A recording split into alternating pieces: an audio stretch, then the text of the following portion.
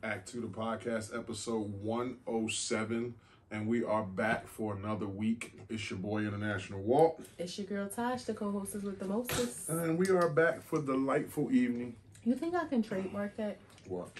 The co-hostess with the mostest. I know people say the hostess with the mostest, but I don't know if anybody has said the co-hostess with the mostest. I think it might be I think it might be trademarked already. People do stuff like that and do whole blocks of it. Like co-hostess with everything. Gotcha. Episode 107. You guys can catch us on A2TPodcast.com, Spotify, Anchor, Radio Public, TikTok, Breaker, Facebook, Instagram, and YouTube. Those are all the platforms. And Twitter. Forgot about that. You tweet? No, I don't tweet. You know Donald Trump is going back to Twitter. I fuck around on there, but I don't necessarily tweet. That's like the place where you can get the most hate. Like people tell you, go fuck your baby on Twitter. And fuck her sideways. So they don't care at all. So if you, I'm just throwing out a number out there, right? Let's say, I know it's more, but let's say it's 50 million Twitter users. And I know it's more. How many real people do you think that represents, considering people may have fake, like, I don't know if you call it, what do you call them? Not spam accounts, like. A fake account? Yeah. So how many people, if it's 50 million, how many people do you think that really is? I think it's 50 million. I mean, people who have fake accounts are real people too. No, but I mean, they may have multiples. That's what I'm saying, to make you feel like it's 10 people hating you, but it really might be 6 people because somebody got different accounts. I don't know. That seems like a lot of effort. I mean, I could see somebody trying to have one account to spy on somebody or some shit that they wouldn't want people to see, but to have 5 and 6 and 7 fake accounts, that just seemed like a lot of effort. People be crazy though. They want you to feel like, oh my God, all these people hate me, and then you go back and look and it's like, I thought I was getting 100 people that hate me and it's 20 of y'all. Yeah, that's true. I mean, but nowadays people so sensitive, they don't want one person to hate them. Yeah. You can look at 100 comments and they all nice, and one comment is fucked up. You're gonna, hone in on that one or go to that person's page so you probably can see why you hate me or something I can say nasty about you. People gotta respect people though on these social media platforms and stuff. It's one thing to disagree with somebody or to give a differing opinion, or you may not even like the material, but you get on there being disrespectful. Like, what was the guy that just told somebody he knew his people and his people had killed his people? 21 Savage. Yeah, and I ain't saying he was right to say that or it was right for, but you start talking, reckless to people, what, typing stuff. People who really care, depending on what you say, you might get touched. Watch your mouth. Well, I mean, yeah, especially if you move around like that, and if you of that life, you go in other people's cities, things can happen. Now, I ain't saying we making no threats if anybody say anything to us, but if you get disrespectful, we won't allow you to follow us anymore. It depends on what you say. That how disrespectful it gets, but some general disrespect, it's the fucking internet. But some personal shit, I don't know. I just don't know. I'm not there yet. So don't fucking, so you say some shit that I really care about, then yeah, I might put effort into finding out where you are and who are you. How are you? I'm okay. And I know that's kind of broad, general. Gotta give a number. Mentals first. Mental, I would say I'm an 8. I'm an 8. I'm, concerned about, not even concerned, just I'm an 8. Life be lifing and things going on, and just want you to be okay, me to be okay, us to be okay. But nothing is bad, which is good. So I'm trying to stay in the positive mental space of not thinking about the would'ves or not, would've, could'ves, but thinking about the what is. So for that reason, I'm an 8. Cool. Finances. Finances is a 10. Finances is a 10. I had some, good conversations with my director the other day about work. And this isn't about work, it's about finances. So that, it's always a 10 anyway, but that made me feel good. So finance is a 10. Work today, I'm going to say, is a 9. I think I know I have to take control of my emotions at work. And not that I get emotional, but I let it bother me down sometimes where I be feeling like stressed out. Work emotions, you said? Yeah, but I don't mean work. I don't mean emotions, because I don't necessarily get emotional about work. But I let it affect my emotions. Like I let it stress me, you know, or I don't know. Maybe sometimes feel a little angry or just frustrated about certain things. But I'm stopping myself from allowing it to put me in that mental space. It's just work. It's going to get done. And just, so yeah, work for me, I'm going to say it's a 9. I haven't been a 9 at work in a while, yeah. Alrighty. Physicality, I'm a 7.5. 7.5. Like things in life happening that kind of set me back with some of my plans that I had, but I'm going to get back to it. Cool. That wraps you up. How are you? I am... No.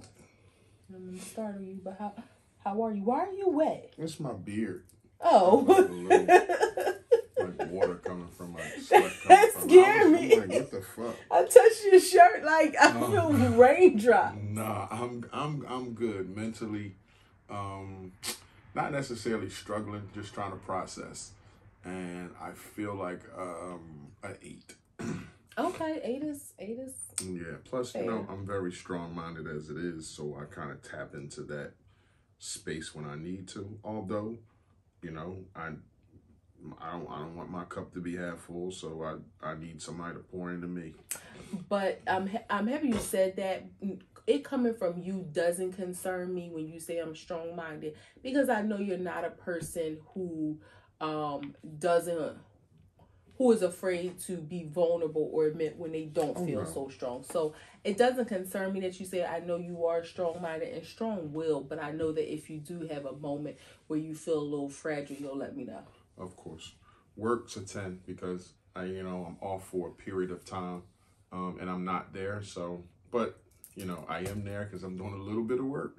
You working from my phone remotely? Yeah, I can. Welcome to my world. Do some inspections, order some dumpsters. Help my guys out if they need it. You skipped finances. Did I? Yeah. Finances is a 10. Yeah, I ain't stressing about nothing. Just sitting back and saving. So, that's it. You saving on gas. Yeah. Saving on gas a whole lot. Yeah. Wear and tear Tolls. to the car, toll. Yeah, all that kind of stuff. Getting some recoup back from that. Physicality. Did I do that already? Physicality. Let me do a check. That's an 8 too. Yeah, I feel like an 8 too. So you're 8, 10, 10, 8. Okay. Yep. Wows and woes. Ups, down, black, whites, good, bad. My wow this week, I'm just gonna say, us being, we are human, and I know we talk about this often. We face issues, like we smile in front of y'all, but when we ain't smiling, we tell y'all when we got beef with each other as well. But I'm just happy that we're able to work through and talk and communicate, and it don't mean that we are not on and off switch people. We have to work the process of going through things like, your hearts and your emotions and stuff shouldn't be. I'm not going to say it can't be, but for us, it ain't just a light switch. But I'm happy that our love supersedes. Our love supersedes our struggle. So, for that, it's just a bright moment for me. I said our woe. I don't have any woes this week. I'm just grateful. Yeah, I don't have any woes. Okay. My wow is that I'm home and I got time off and I got time for my body to rest, so I'm happy about that. And my woe is tied to that. Like I don't want to not like I love my house and I love my home, I love my wife, but I don't want to be here in the daytime. I want to be out doing what I'm supposed to be doing and working and having my life. And that's what I want to do. So that's my woe. Can I ask a question? I have a question. So, what? I'm thinking back to 2020. The pandemic hit, and you had to be home for a period of time. Me, I didn't get any time off from work because I was able to work from home. You having an on-site job, you couldn't. And was it like the fear of the panty and knowing that like nobody could work and it was shut down? Is that why your emotions were a little different during that time than this time that you're home? Yeah, I would think it was just because the unknown, not knowing, if I went outside, if I was going to die, that's what it was back then. Yeah. So it was not like we know. We had a curfew. In hindsight, it was stay off the street. It was essential workers. It was people getting pulled over. What you're doing here in Delaware, I remember people getting pulled over because it was like you're not supposed to be on the road. Mm-hmm. So in that time, March 2020, yeah, it was more of I don't want to go out there. Okay. But this situation is like, okay, it's something just sat me down, and it's like, okay, my feet still doing this. And my body not doing that, but my feet still and my mind still doing that. And I understand the whole respite part of it, but it's still a mental process you got to get over. Just because this is what it's supposed to be doesn't mean it's that all that great to accept. Yeah. And it's fucks with me mentally. It makes me think about, I remember my grandpa when I was younger, he worked at his company for 35 years, but he used to have seizures, and unfortunately, sometimes he would have seizures at work and nobody would know, and then he would, carry on with his day. Well, it got to the point where I think he had a seizure one time and he didn't come out of it. He was like in the bathroom. It was after hours. They found him. Thank God he's still alive and it was okay.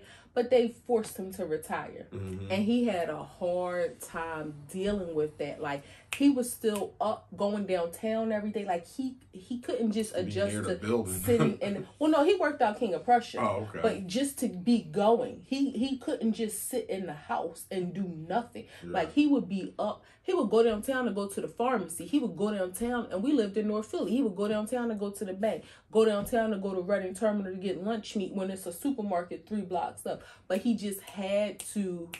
That sitting in the house wasn't for him. So because it wasn't like he chose to retire, it was forced retirement for his own benefit. So yeah. I don't get it twisted. During my hours where I'm supposed to be chilling, I like to chill or do what I want to do. But when I'm supposed to be working, I want to be working. Like, that's just how I'm wired. And I know how to separate having a rest and it's just work, but it's my work and I care about it. So we just got evergreen material this week. First topic, I like evergreen, is 7,600 nurses got fake degrees and 25 people charged in a place like Florida, South Florida, 3 nursing schools. Like, how, and I know you work in the insurance industry, but how does that affect, like, other than fucked up, 7,600 nurses got fake degrees. And if you listen to the story, a lot of them, even with a fake degree and not all the qualifications, sat down at state exams, and some of them actually passed them, which mean they got jobs in hospitals and shit like that with not all the credentials that they supposed to. And then this stuff is going on for a few years where it's like you've been working there for a while, you had patients, you had lives in your hand, and some, it might be, okay, this was a great nurse. Some people could say my experience with that person was great, but your credentials not right. That's number one. Yeah, that is true, and it's sad. But so here's a couple caveats to this, and it's absolutely wrong what happened.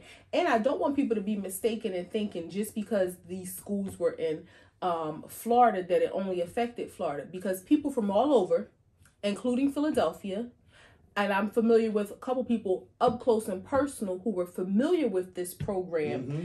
That luckily, I know 2 people very personally that they didn't participate. But this is the thing, right? 3 reputable schools. No, they're not reputable. That's the thing. No. What happened was these schools didn't have a curriculum. Okay. And that's how. So, okay, let's trace back. Like you said, they were taking the NCLEX, which is the nurse licensing examination, and they were passing. Now, any nurse will tell you the NCLEX is hard.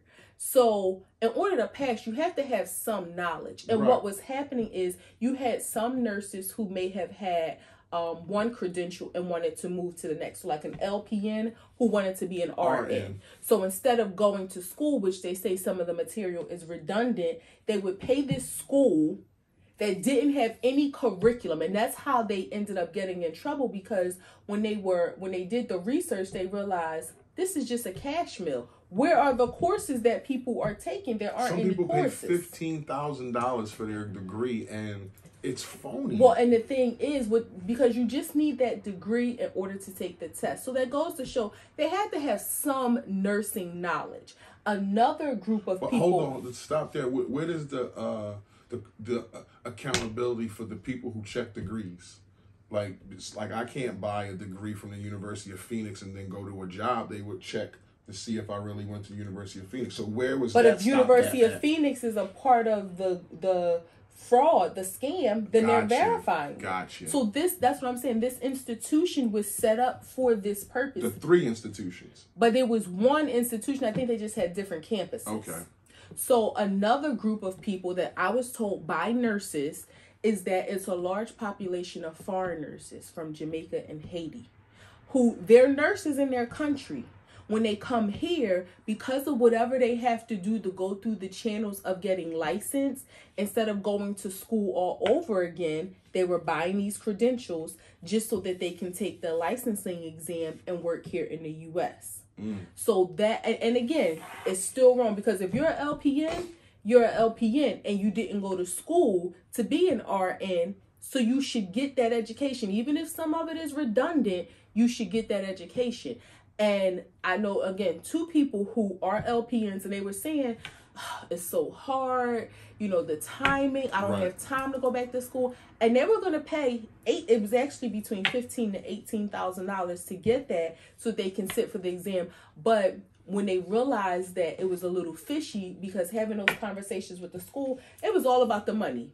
Oh, we can set you up on a payment plan. And it was like, what's the classes like? Oh, don't worry about it. Come down here. You can pay it over a year. And they pulled back from it. Thank God. But that's the situation. From what you're saying, everybody who was a student of these 3 schools knew they didn't take any classes. They knew they were buying fake degrees. Yeah. They all were in on it too. You got 7. So how does that's your opinion on the situation and stuff that you know? How does that affect the insurance industry, if at all? Well, it doesn't necessarily work. I mean, and a second question: if you had a hospital stay at a hospital in Florida, and you had a great fucking nurse that was awesome, like you would consider saved your life, and then this came out and you found out she didn't have credentials, do you still have a problem? I don't, because think about, if somebody is an LPN and not an RN, technically you earned your LPN, you just bought your RN. It's wrong, but you still have that nursing information. LPNs treated you in the hospital. Right, but I'm saying you're not an RN. That means there's stuff that you can't do. So if that's the case, it would be the same thing. There's stuff that RNs can do that LPNs can't. It is, but there's a small window. I mean, it's a bigger credential. They have more supervisory responsibility, but an LPN can still. And you would be the first to get I can't think of the word, upgrade, because you're an RN, so they're going to look at you first to promote you to a supervisory position. Well, and that's the thing too. Right now in the medical field, you have a lot of LPNs. You might have one RN on a shift who's supervising 6 LPNs. Right. Because, it's a cost-saving measure. They can pay an LPN less than an RN. I saw that on the badges. But if you got LPN, if that's your status, you're never going to go higher unless you do the schooling to become an RN. Yeah, you have to go to school. So you'll always be an LPN. And that's fine. Some people stay there forever. You can make a living like that. But if you're an RN, there's more chances of you going up for however many.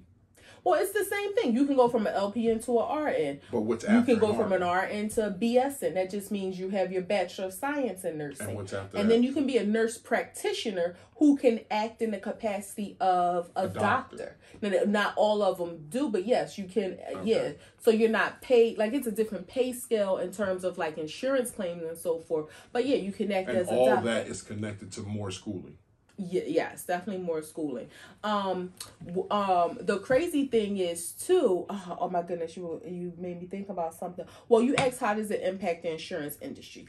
Not much, if at all. But you do have to think about how the vacancies that is going to cause in the medical the medical field. So how about you got lawsuits from patients who said, I'm going to sue the insurance company because y'all had these. But that depends on who discloses that information. And I don't think there's any reason necessarily. Well, if it's a crime, I think that it would be public information if they did something wrong and people wanted to sue. I don't think the government would hold that back. They would say these are the hospitals these people worked at, and you can get that information from the hospital about what patient had who and who had what. But if everybody's in trouble, if 7,600 y'all bought y'all licenses, that's not good. That's wrong. That's a crime. But I think in that case, though, would the hospital have liability? If they did their due diligence in verifying that you had to work in the hospital, I think it would stop there, because if you're telling me the hospital called the program and the program's in on it, and the hospital ain't calling the program. No, the hospital is verifying with the state that you have your state license. Okay, so you got this. So it may fall back on the state degree, and you sat down and took state exams. But see, this is the thing: it's not a fake degree. When they say it's a fake degree in the sense that you didn't really have to do any coursework to get it. Right. So really, that's going to fall on the state. Like, what steps did y'all have into place to credential this school, the accreditation process from the state? That's what makes it fake, because there's no accreditation process. These things will be ripped up. It's not like these people will be allowed. And they will have to get new degrees and take the courses that they're missing. Yeah. And the sad part, well, they probably will never be able, even if they did, they probably will never be able to be a nurse. They'll say, well, I'm not doing it then, but it's and a the fake sad part degree. about it is, if they were an LPN, and now they put their licensure in jeopardy for everything. Now you probably won't even be able to be an LPN because you bought the credentials to be an RN, and then you just negated everything. But this is what got them caught up.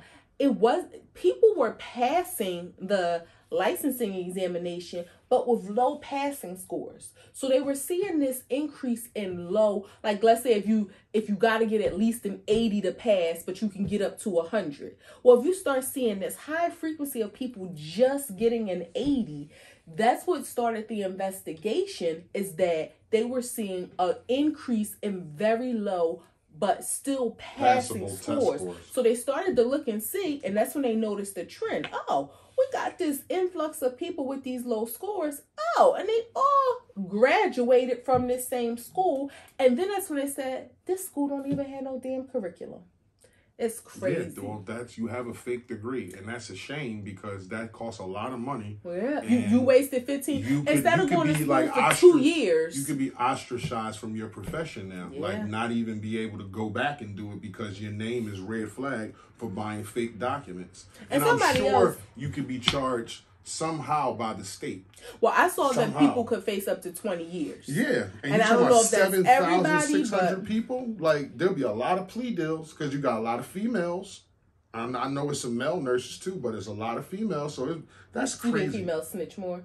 No, but I don't think you say. Yeah, I don't think they're in a position to go to jail. Yeah. Females have kids and shit like that. So I saw somebody who I know who's a nurse, and she said she was one of the person, she was like, I had considered it too, because I want to get my RN, but I don't have, she's married, she got, kids. She's like, but I didn't do it. She said somebody probably got caught up, got mad because they paid their money, got their fake credentials, and still didn't pass. And somebody probably told. It's the same thing as buying a fake ID. I mean, when you look online or Google shit like that, fake ID, which I have in the past, all that shit comes up. Fake diplomas, fake degrees, certain schools But with see, like they font and logo on them. It'd be like, this ain't a... But you're getting this from a real accredited university, and that's the problem. The state, whatever accreditation process, and I'm sure... We're going to look into the story, because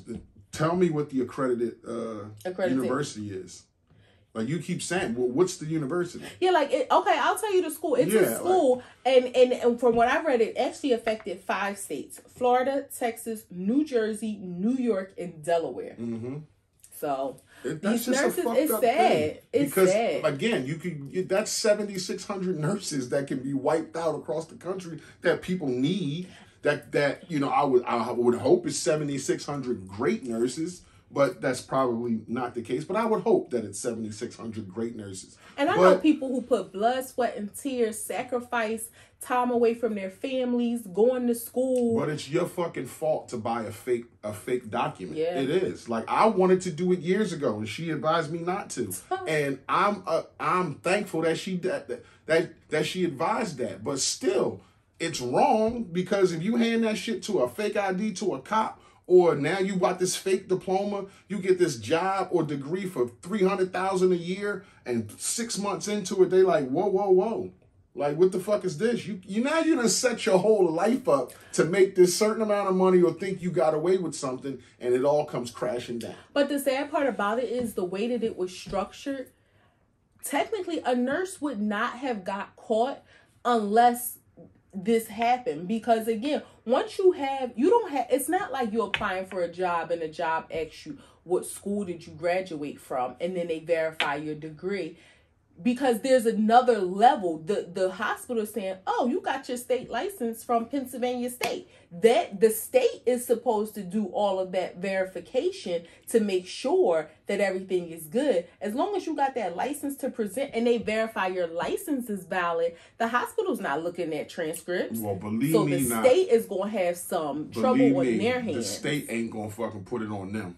They going to push it to somebody else. The state ain't going to say, this our damn fault. They're going to be like, no, it's the buck stops over there. If it's our fault, it's their fault too. But the state just ain't going to say, hush down, simmer down, everybody keep working. It's our fault. No, that's never been the case. But Florida, don't they always say, I think that's where the school is based out of, and they have satellite office or something like that. But that's crazy. It's sad.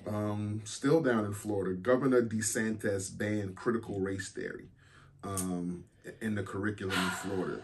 The 4 courses are Origins of African Dysphoria, Freedom, Enslavement, Resistance, the Practice of Freedom, Movements and Debates. And under each one of these courses is about 9 different topics that I read them. They cover everything Black, like from the birth of Blackness to the middle path, like everything you could think of Black media, black queer, like everything Black is under these 4 curriculums.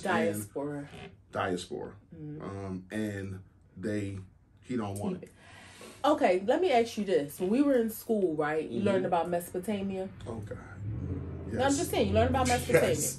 You learned about like the Greek gods and all of that stuff. Rome. Greek, okay. Greek mythology. Yeah, but not even mythology, like the real Greek emperors and Roman emperors, Julius Caesar and all of them. Okay, you learned. But that's kind of what it's called. It's Greek mythology, though. Well, mythology is mythical. I'm talking about the real emperors, not like Hercules and Zeus. I'm talking about the real people that lived, like Julius Caesar. Hercules was a real person. Zeus was a real person. All those people were real. They was just tens of thousands of years ago.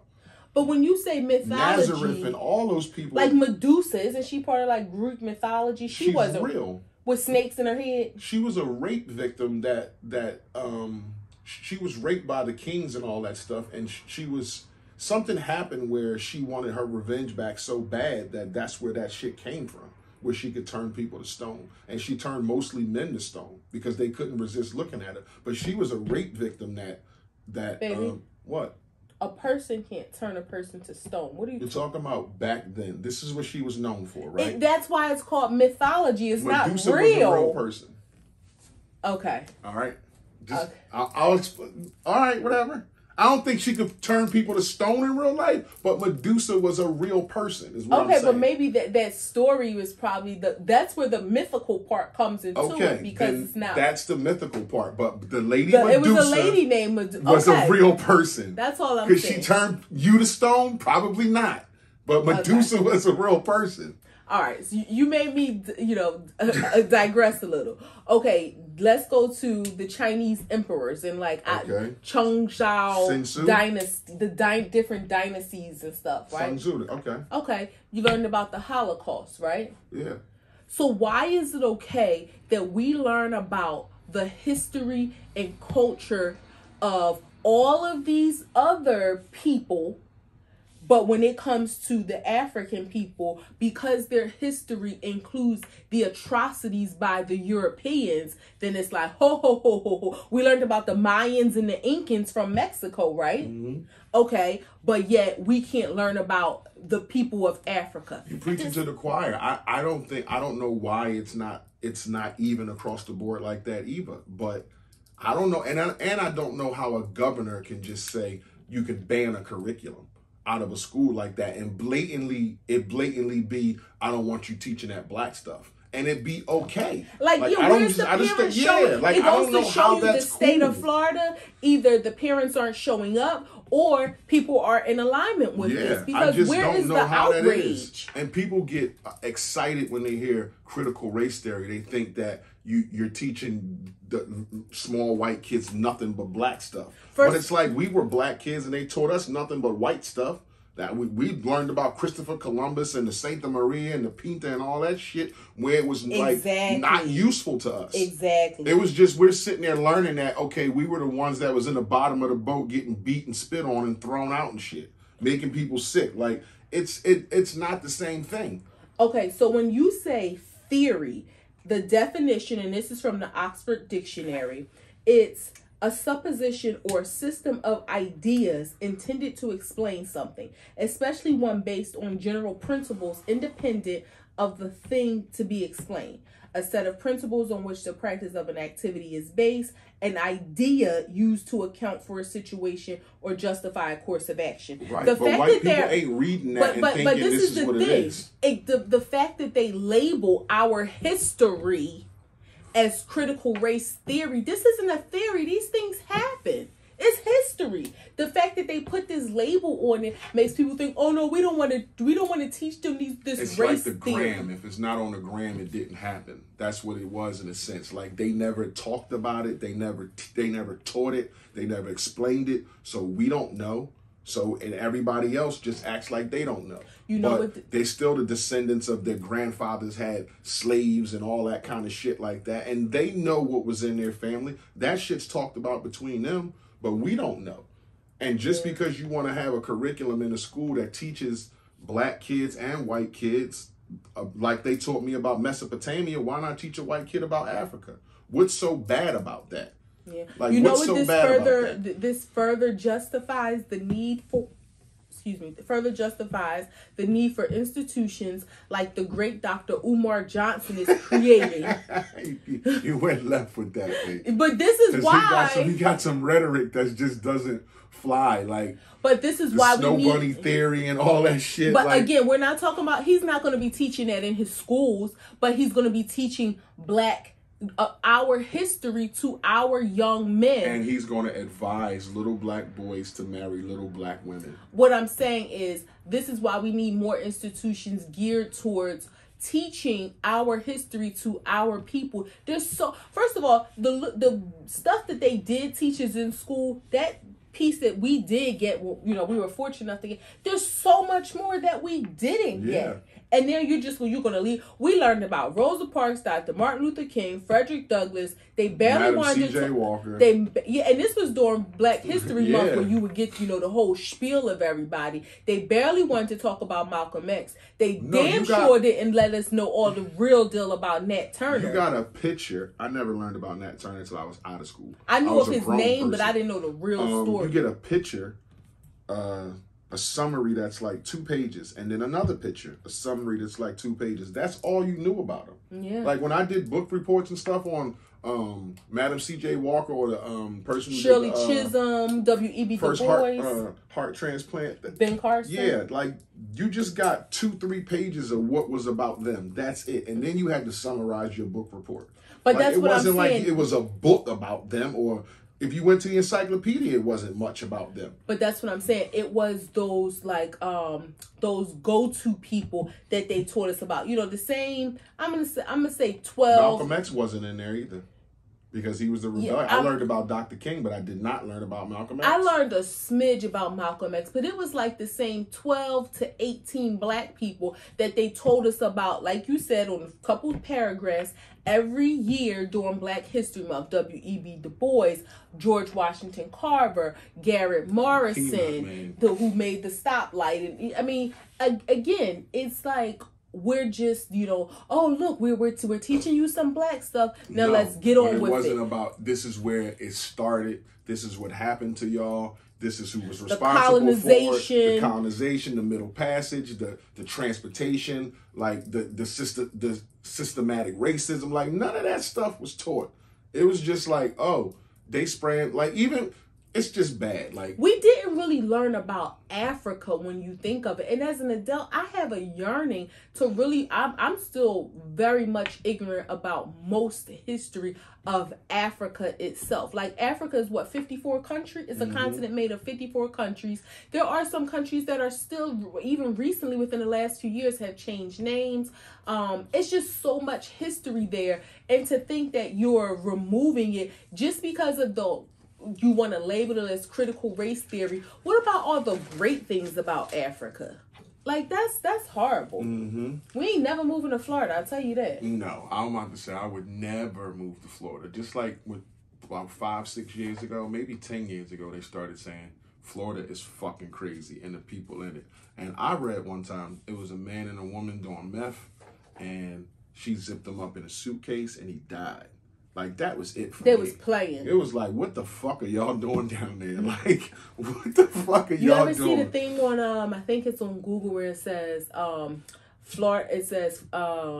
Florida man, and you put in your date of birth, you put in your birth date, and it's going to be a crazy story no matter what date you put in. It's going to be a crazy story about a Florida man no matter what date it is. It's crazy. If I said this statement to you, well, shout out to the people in Florida. Yeah, I mean, I have some people I love from Florida, but I wouldn't want to live there. Yeah. I would visit. Florida used to be one of our favorite vacation spots in Fort Lauderdale. I think you got to go to the places that's not populated, like Deerfield Beach, or Kissimmee or some shit like that. That's Disney World. I know, like, it's not heavily populated by like the hood. Oh, you mean? Oh, you didn't say the hood. I thought you just meant people. I don't go to Jacksonville. I don't go to Duval County. Don't go to Broward County. Like, go to Kissimmee. Like, a lot of people don't say they live there. With some other small little town in Florida you probably can visit and still be in Florida, still be, amongst the water, but not necessarily in fucking Jacksonville. Yeah. Something like that. If I said this statement to you, let me get all this out and then you tell me what you think. 70% of inmates come from a single mother household. Single fathers produce statistics as high as intact families. Data was gathered from parents and a focal child in 30 single mothers and 30 single fathers and 30 intact families. The Parent Perception Inventory, PPI, and Child Behavior Checklist, CBCL, were used to evaluate how positive and negative behaviors of parents and internalizing and externalizing behaviors of the children differed across the 3 family structures.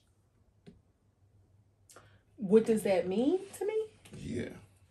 It sounds like they did some research to determine how children behave when they come from what they refer to as an intact family. I'm assuming meaning a mother and father in the home versus a single parent home. But did you not notice that you don't hear that single father households produce just as well as intact households? Like, why don't you think dads get credit for that?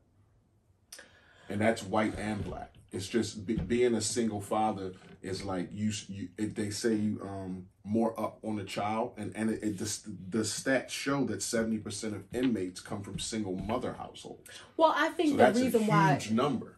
I don't think that it doesn't get as much credit, because I do think when people hear, they celebrate a great single father when they hear of a story. Mm-hmm. I think the problem is we don't hear, it's not as prevalent, right? And we don't hear about it as much. But I think really it's kind of reversed in terms of them getting credit, because people are like, wow, you're a single dad. That's so awesome. You're holding it down, because you're not used to seeing that dynamic. Mm-hmm. Or like a single mother, it ain't no big deal. It's one, they're everywhere. So they're celebrated as well. But I do think single fathers are really highly celebrated when their stories are known. But because it's so much less prevalent, and maybe I'm sure it's less prevalent in terms of numbers, but also men probably aren't as boisterous about being single fathers as single mothers mm-hmm. are. But I think that's why it may appear, I don't think it's less celebrated. It's a less known thing. So although you might not think it's less celebrated, the numbers show that if 70% of inmates across the country come from single moms, that number, and dads produce a number that's like intact families, what's that say about moms who raise boys?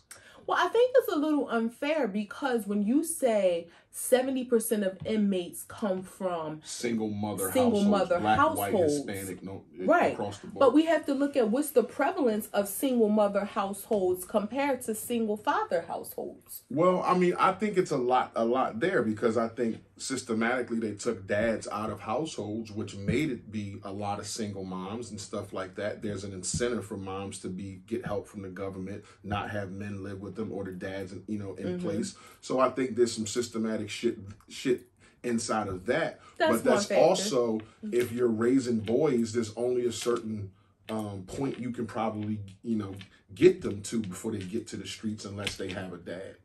Yeah, I mean, I do think that, because if you just go by the numbers and you're talking all races, and you say that 70% is on moms, and the dads, they produce numbers like intact families. I don't know what that number is. I don't know why they didn't say it, but it's just something to say there. I'm not trying to say dads are better than moms. Right. I'm not saying that at all. But I'm just saying there's something to say about what's happening with moms who raising single, who raising boys, and they're single parents, and 70% of them are becoming inmates. I think the numbers are skewed because, again, the prevalence of single mothers is so much higher. So I don't think it's fair to compare those. So you think the numbers higher because it's more single moms? Yes, exactly. Okay, I can respect so I don't think that's a fair comparison. But I do think we also have to look at what are the dynamics of a situation that result in a dad being a single dad. A lot of times, one, you have to think it could be for financial reasons, mm-hmm. or it could be reasons where maybe the father has a better home structure, because we know, drugs.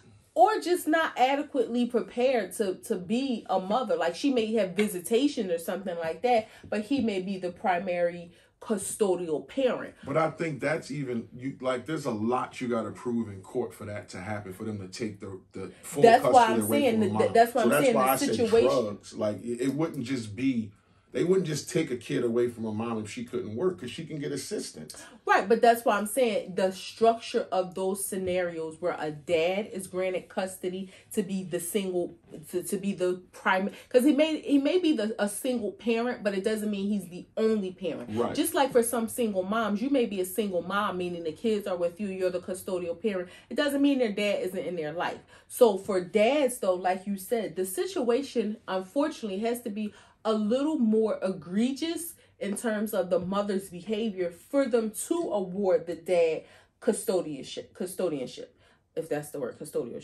custody, whatever. I was like, why don't you just say custody? Yeah, but so with that being said, maybe the dad has more of that structure. Sometimes moms, and I know this again firsthand, not to act like I know a whole lot, because I know these from people, the system is broken in the sense that sometimes, and I'm not saying this to be mean, because I mean it's a shame. Kids shouldn't be taken away from any parent if the parent is prepared to handle them.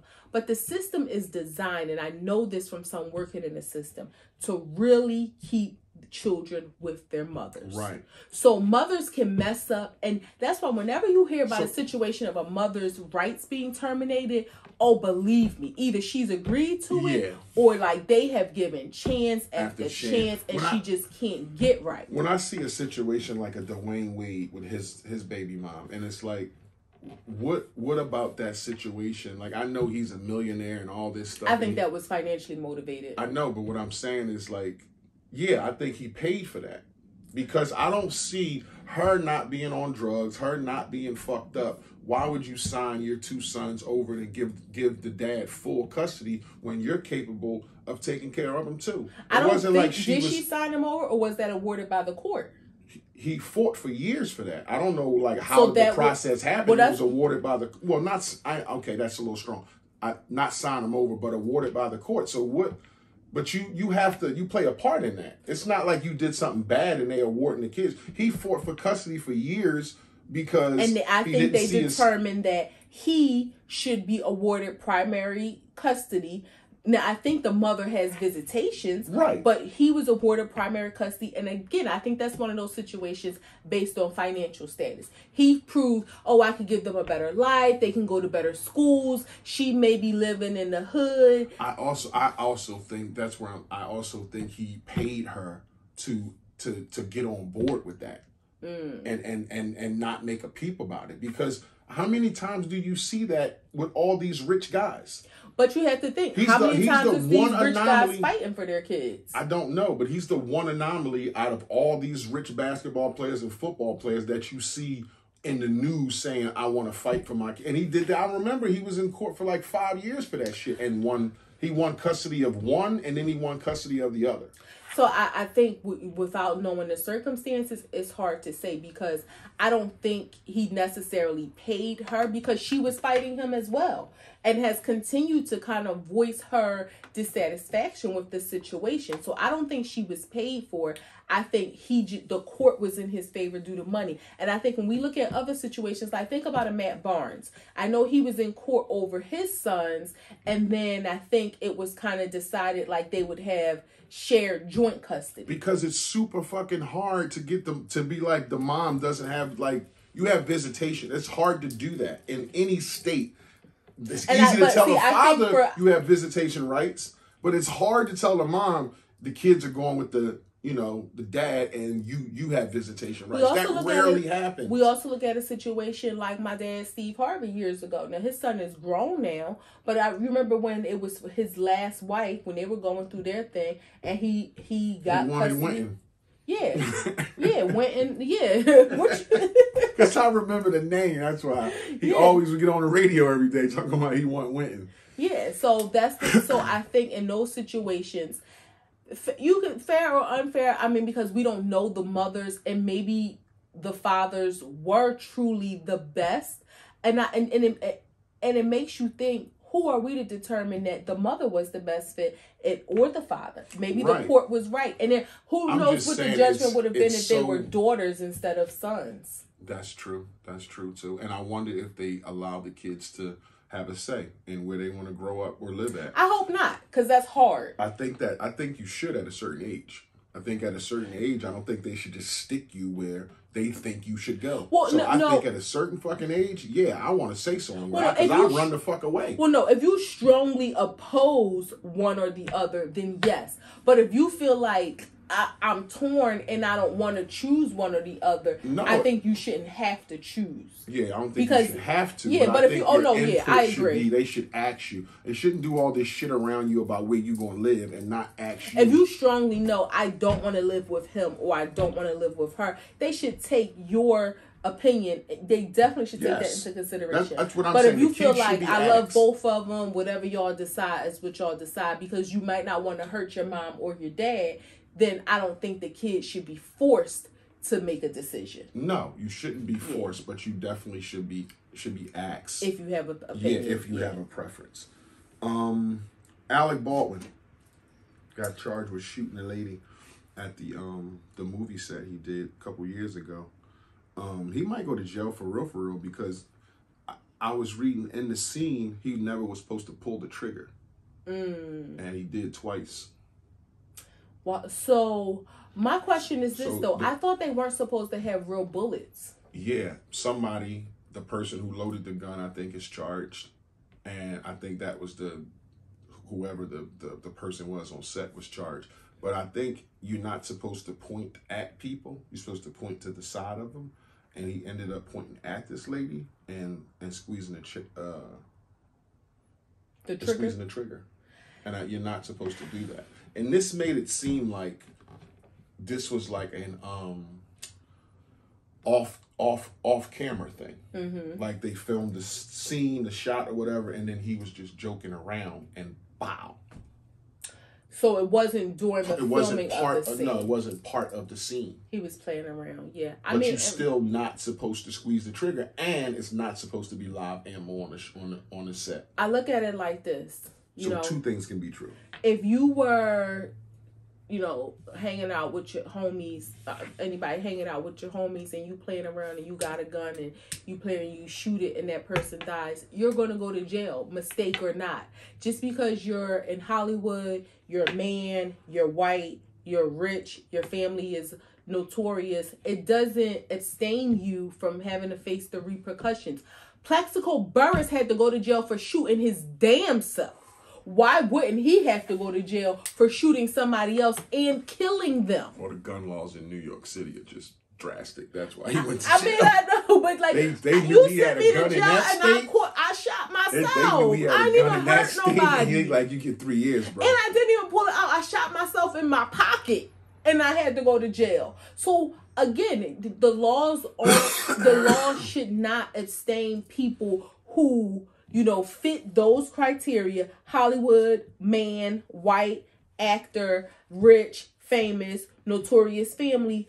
If somebody was standing in if you were at work at Home Depot and y'all was playing with a nail gun and you was playing around and you pulled the trigger just playing with one of your friends and you shot him in the head, oh my God, it was a mistake, he died, you're going to jail. Mm-hmm. So he was at work, he did that. And you know what bothered me about, and I can't say I followed this story along, like when it came out. Followed it as long as it went. Yeah, but I remember him like doing an interview about it, and I just felt like I like when people take the Beyonce approach.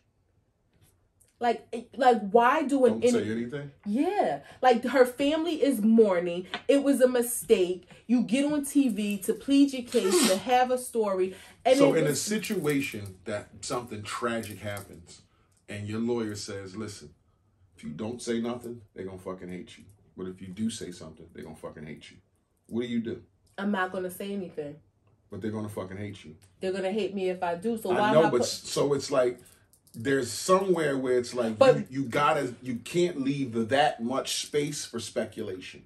But they're gonna the court of public opinion, once that gets rolling, then you don't come back from that. So I'm just advising you that if you don't say nothing, it's gonna be bad. If you do say something, you can say the wrong thing and it can be bad. But the fact that if you stay quiet and leave that much gap for speculation, you might not come back from. What did it get him now? He's still going to jail.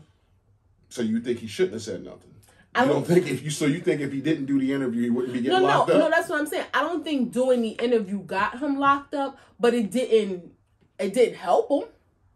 He's still going to jail. And again, it was insensitive. Like, why are you on here talking about it? If anything, have a conversation with her family. Say whatever you need to say to her family. Talk to, behind the scenes or something. I don't know. Doing that interview for... I would have hoped he did that, but don't know. But I hope so. That you spoke to the family before you got on TV.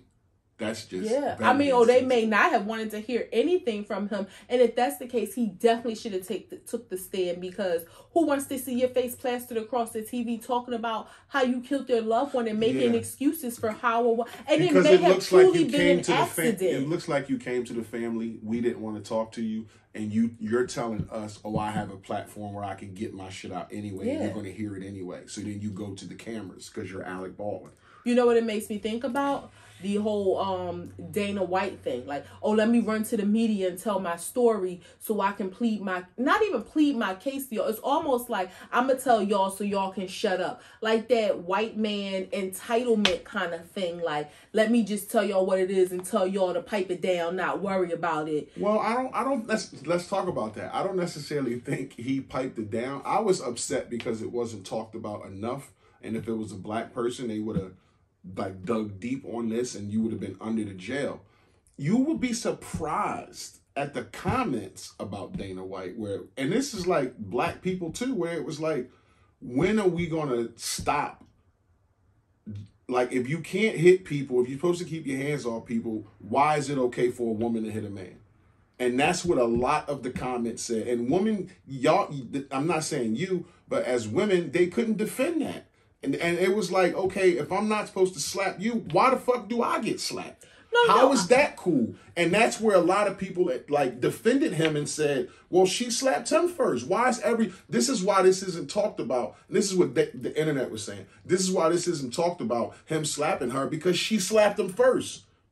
And it was like, damn, I didn't know. I thought that just was the rule. You're not supposed to hit a woman, but it's like so many people think a different thought. So many people think a different thing. And it's like, okay, where does the line draw at where if everybody's supposed to keep their hands off each other, how does she get to slap the shit out of him? He slaps her back and he's a woman beater.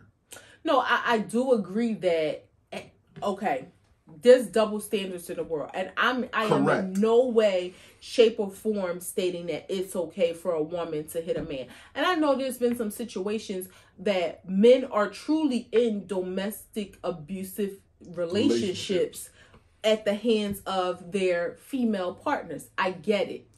This is one of those double standards where you can't say that, you know, this woman smacking him deserved this MMA fighter, ex-fighter, whatever he is, muscle man, to haul off and smack her back. It is a double standard, and in this case, yes, she was wrong, but he was double wrong to me. Like, he should not have responded in that way. She should have never put her hands on him. But as a woman, I would think if I had a son, I'm not teaching my son, oh, if she hits you, you smack her back. Now, if you're in a situation where a woman feels it's okay to put their hands on you, you don't need to be with her. Now, I know they've been married for 30-some years, blah, blah, blah, blah. So I'm not saying that's like, okay, automatically you leave her, you divorce. But I'm talking about you don't. So it's a double standard. It is a double standard in our favor. We get one. We get one. Y'all got a lot.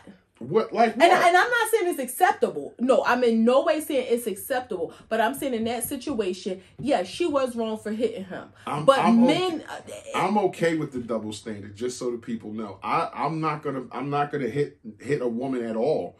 But I think there's something to say for women who know that and punch men in the face anyway. That's wrong. And then when they get slapped, they say, "Oh my God, you hit me! I'm calling the cops." That's wrong. So if it's women out there who know the double standard and know that it's in place and says, "Okay, this is like they're going to be looked at if they hit us." But if I get mad enough, I can punch him in the lip and dare him to hit me back. That's fucking wrong. It is wrong. And again, it comes back to that thing of having this conversation about equality, right? Men want to say that they're bigger, faster, stronger than women. So her hitting you was absolutely wrong. But knowing that you're bigger, faster, stronger, you turn around and you reciprocate. She punched you in the face, you punch her in the face. No, but I'm just saying, you're going to say men say they're bigger, faster, stronger. Women say I can do what men do and treat me equal.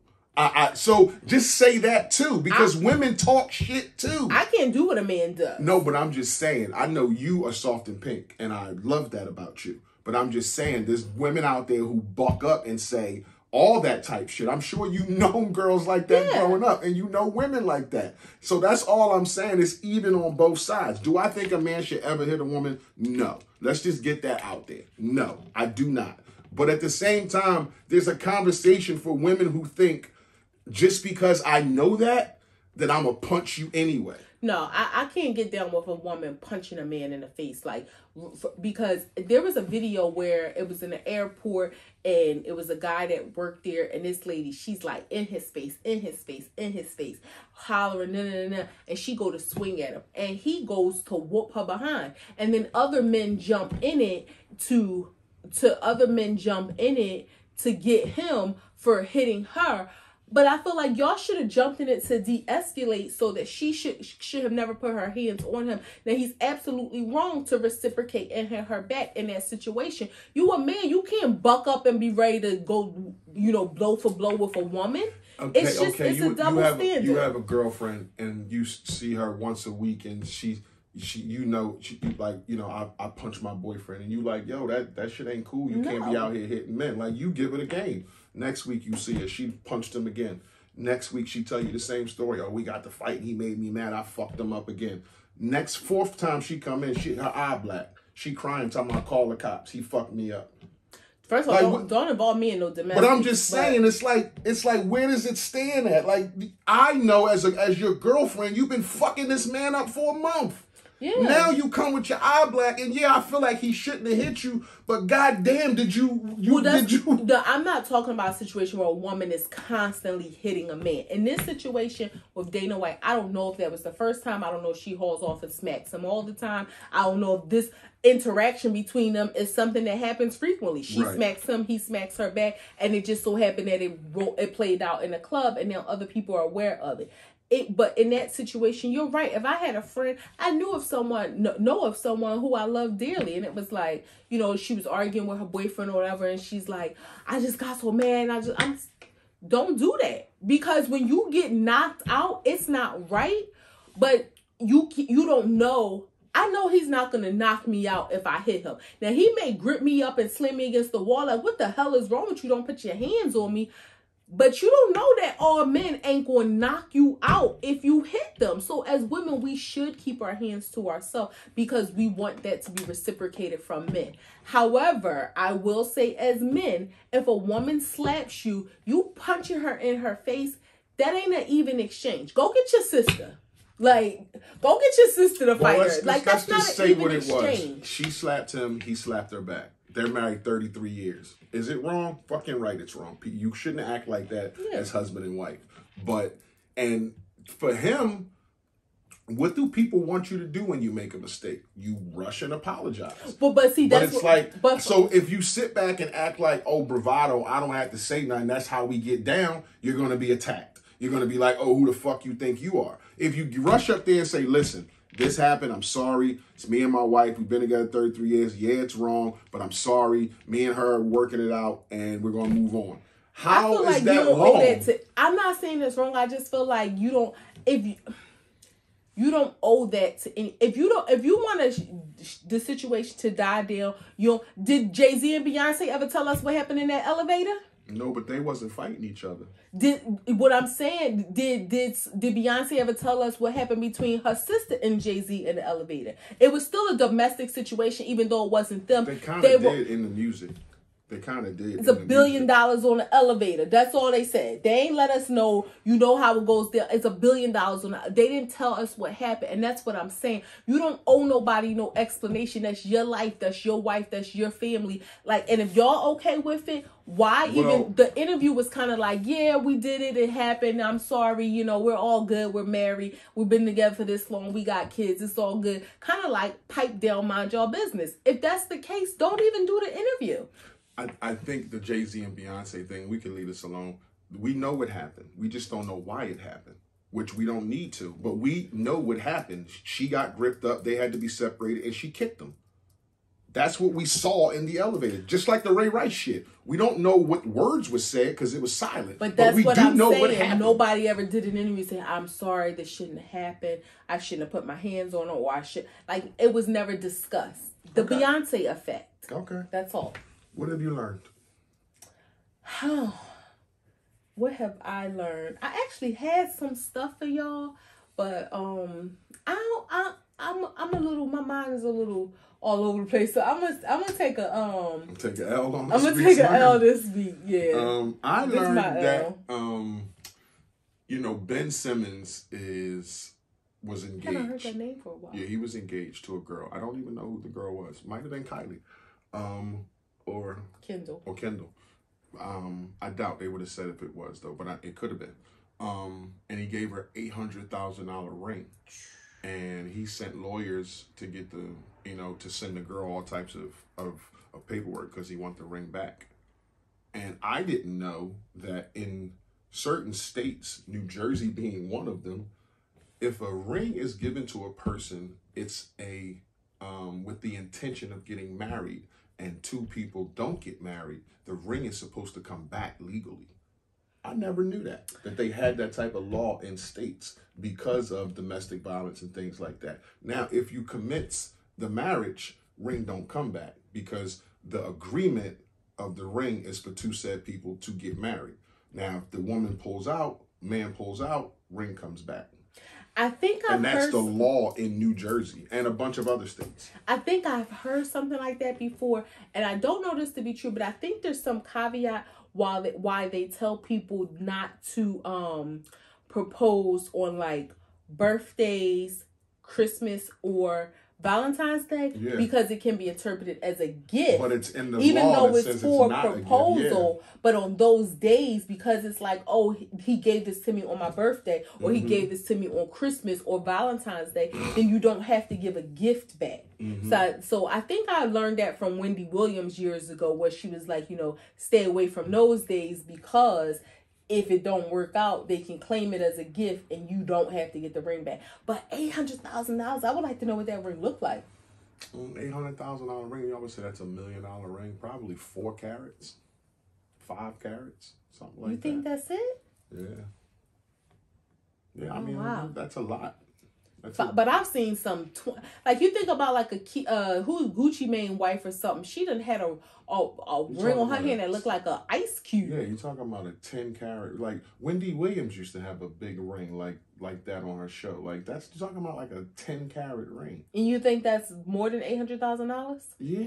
Okay, I'm just asking. I didn't have any real perception. So. Yeah. Okay. But that's a huge ring. Yeah. 3 grams. We never talked about Young Thug drugs in court and being in court and somebody trying to pass you off a Percocet. Well, not trying, actually did. But is it that bad? Is it phony? Should we not believe what we're seeing? Are people that stupid to get drugs handed to them in court? Is that person that scared of Thug? Is he that powerful that somebody can do something like that for him? But what's your take? I think, and I don't know anything, like I'm not a Young Thug fan, and I don't dislike him either because I don't know anything about him except for like, I know he wore dresses and fingernail polish, which I thought was weird. And he got a RICO case. Yeah, like, but other than that, I don't know any of his music or anything. But watching the video, I think it was a setup. Like, I don't think and I may be completely wrong, but this is my Tasha theory. I don't think he asked nobody to do that. I don't think he was expecting nobody to do that. I think he was just as caught off guard as the courts were and when we were. You can kind of tell somebody's body language on the video when like the guy was like coming up and he like turned around to see what was going on too. And even then, I don't think he knew, because him sitting there, it was a door to the right.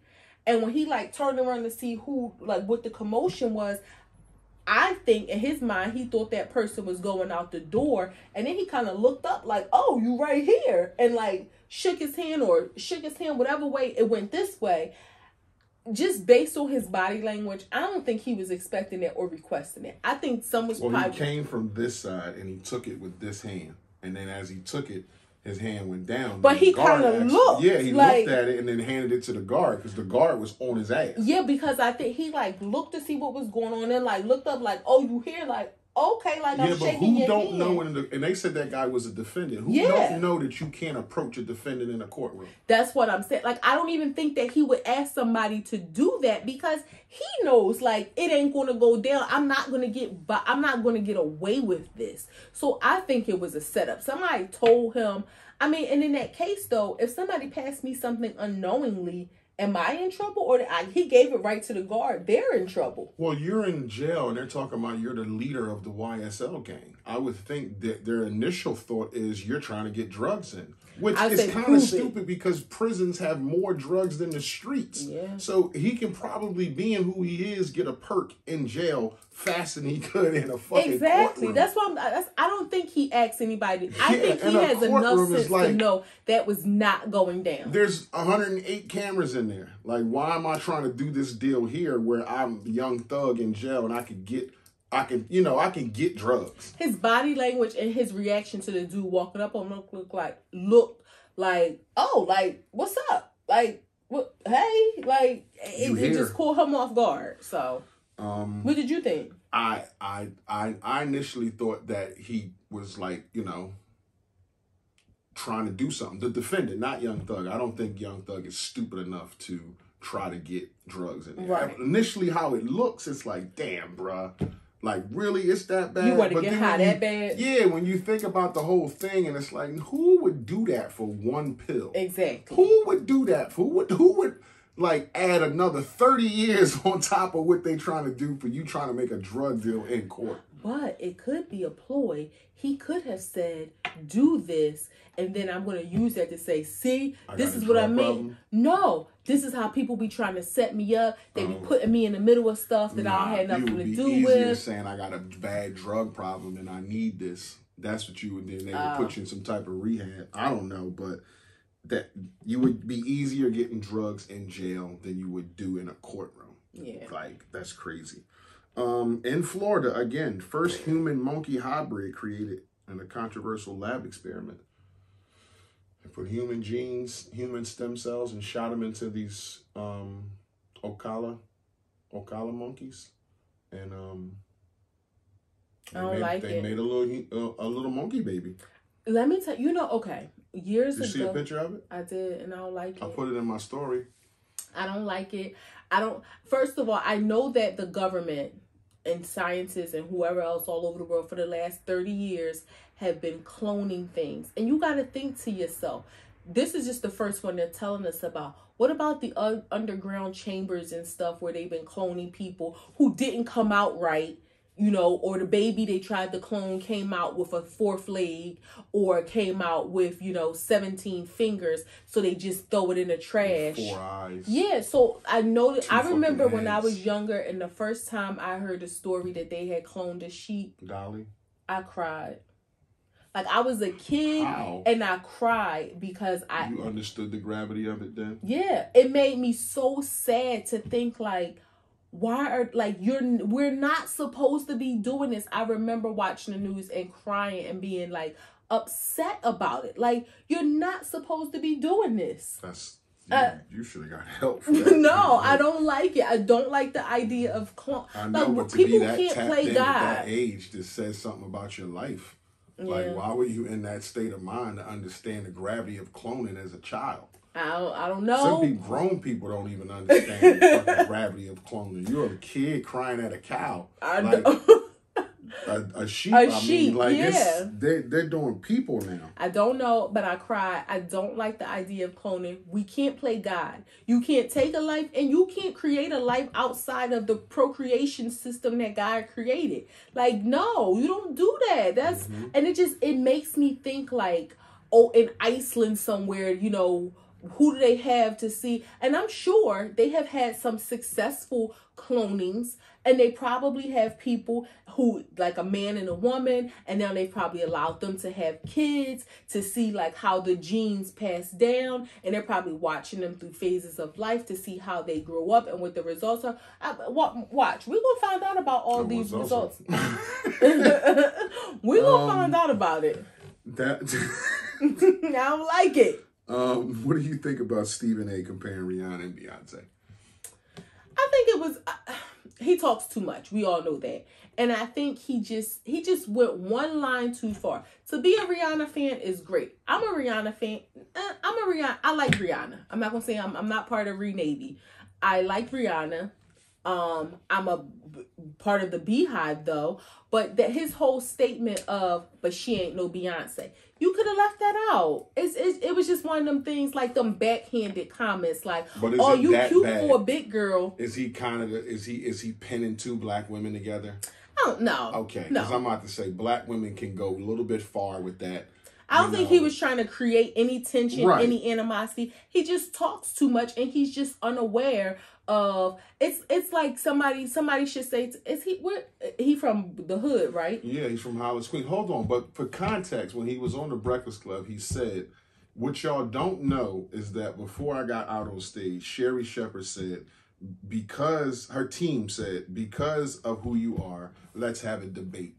So we're going to throw you a topic so we can debate because this is what you do for a living. I know you got the book, but this is what you do." So that's why he answered that question like that. So knowing that this is what they wanted to do. It was distasteful. He could have used a different topic to debate, but they threw him the topic is the point. That's what I'm saying. Okay, they said we're going to throw you a topic that we can kind of debate.